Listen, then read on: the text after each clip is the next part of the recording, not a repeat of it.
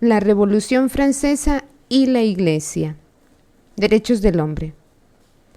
Mirando la televisión francesa, se ve bien en Milán, voy a parar el mismo debate de siempre sobre los derechos humanos. Participa también un sacerdote, un teólogo. En realidad, escuchándolo parece uno de esos intelectuales transalpinos, más preocupados por su imagen de personas inteligentes y al día, que solidarios o por lo menos coherentes con su iglesia. Uno de esos que corren el riesgo de hacer de la ciencia de Dios, la de Tomás de Aquino, practicaba metiendo, para inspirarse, su gran cabeza en un tabernáculo. Una ideología a plasmar según los gustos de la época, como si tuviesen ante todo un fin, obtener la aprobación. Bravo, bien. De aquel Constantino de hoy que es el tirano mediático, sin la cual le niegan a uno el sitio en las mesas redondas. El guión es el de siempre. El clérigo exhibiéndose en excusas contritas por una iglesia tan grosera y miope que no celebró desde el primer momento y sin reservas los inmortales principios proclamados por la Revolución Francesa en 1789 y luego firmados en la Declaración Universal, aprobada por las Naciones Unidas en 1948. Igual que un Pedrito arrepentido, el reverendo jura que en esto no sucederá más. Ahora los católicos se han hecho adultos y han comprendido cuán equivocados estaban ellos y cuánta razón tenían los demás. Los demócratas pueden estar tranquilos y a su lado tendrán curas como este, conscientes de que el Evangelio no es más que la primera, la más solemne declaración de derechos humanos. Dice exactamente eso. He vivido un tiempo suficiente para no dejarme impresionar demasiado.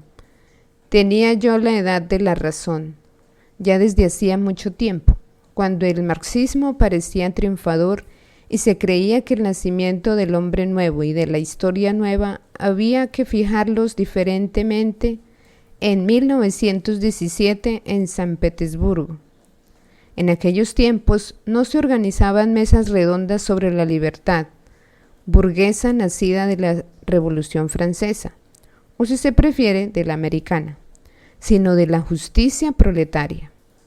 Recuerdo muy bien a teólogos como el de esa noche, y los intelectuales junto a él, ironizando sobre los derechos puramente formales, la libertad ilusoria, aquel vender humos en beneficio de la clase burguesa, que fue, en palabras de Marx, la Declaración de 1789.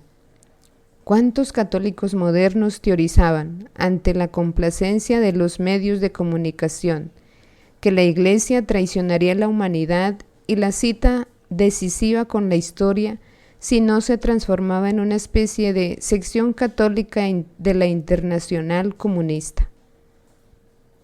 Cada parroquia, cada diócesis tenía que convertirse en un soviet. Pero el viento cambia y los intelectuales con él, incluso los eclesiásticos. Y aquí entonces los mismos nombres, las mismas caras, con los mismos tonos perentorios, reclamando una reorganización de la Iglesia como sección católica de la Internacional Liberal Masónica. En efecto, documentos en la mano. Antes de ser proclamada por la Asamblea Nacional Francesa, la Declaración de los Derechos del Hombre fue elaborada por las logias en las sociedades del pensar, donde, entre delantales, paletas y triángulos, se reunía la burguesía europea ilustrada. Mientras que hace muy poco, se consideraba la Biblia entera como el manifiesto de la justicia social y el manual del proletariado, hasta hubo estudiosos especializados en nuevas lecturas del Evangelio desde el enfoque del materialismo dialéctico. Ahora esa misma Biblia no sería otra cosa que el manual del liberal, el motivo de inspiración para los que creen en la sociedad democrática democrática de tipo norte-europeo. El modelo al que la Iglesia debería adecuarse ya no es el Soviet, sino el Parlamento elegido por sufragio universal. Antes, según la opinión de algunos eclesiásticos, toda la obra de Marx Engels tenía que ser la base de una nueva religión universal al servicio de la justicia. Ahora, en opinión de sus seguidores, la nueva religión capaz de unir a los hombres es únicamente la de los derechos humanos, del tema liberté, égalité, fraternité.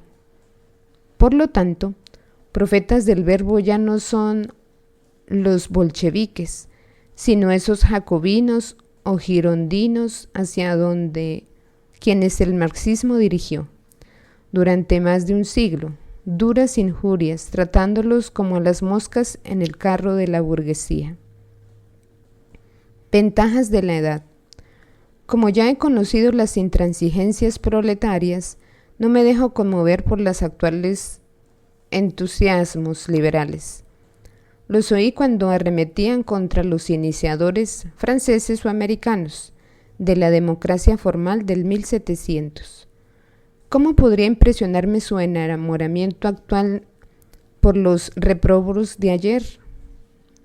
Su renegar de 1917 para volver a descubrir el 1789. No soy, desgraciadamente, cartujo, pero aquí, en mi despacho, tengo el emblema de aquella orden religiosa, que en 1000 años nunca quiso revisar sus reglas.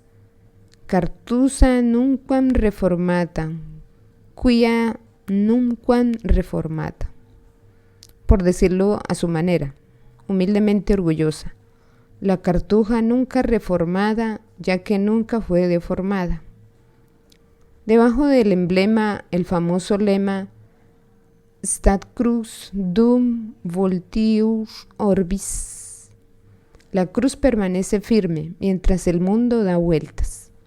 No todos, ciertamente, están llamados a esta apacible imperturbabilidad, vocación de una élite que ha recibido la buena parte que no le será quitada. Pero incumbe sobre todos los cristianos el deber de ser conscientes de que el mundo da vueltas, que la indulgente ironía de quienes saben que los tiempos cambian mientras el Evangelio permanece igual debe combinarse, en difícil síntesis, con la atención por la actualidad. Y como hoy forman parte de la actualidad aquellos derechos del hombre que los masones del siglo XVIII y los funcionarios de la ONU del siglo XX quisieron proclamar, habrá que interrogarse sobre el tema. ¿Por qué la Iglesia desconfió de ellos durante tanto tiempo? ¿Por qué la primera encíclica que parece aceptarlos, la Pacem in Terris de 1963, se preocupa de advertir: en algún punto estos derechos han provocado objeciones y han sido objeto de reservas justificadas? Intentaremos esbozar una respuesta en los párrafos que siguen.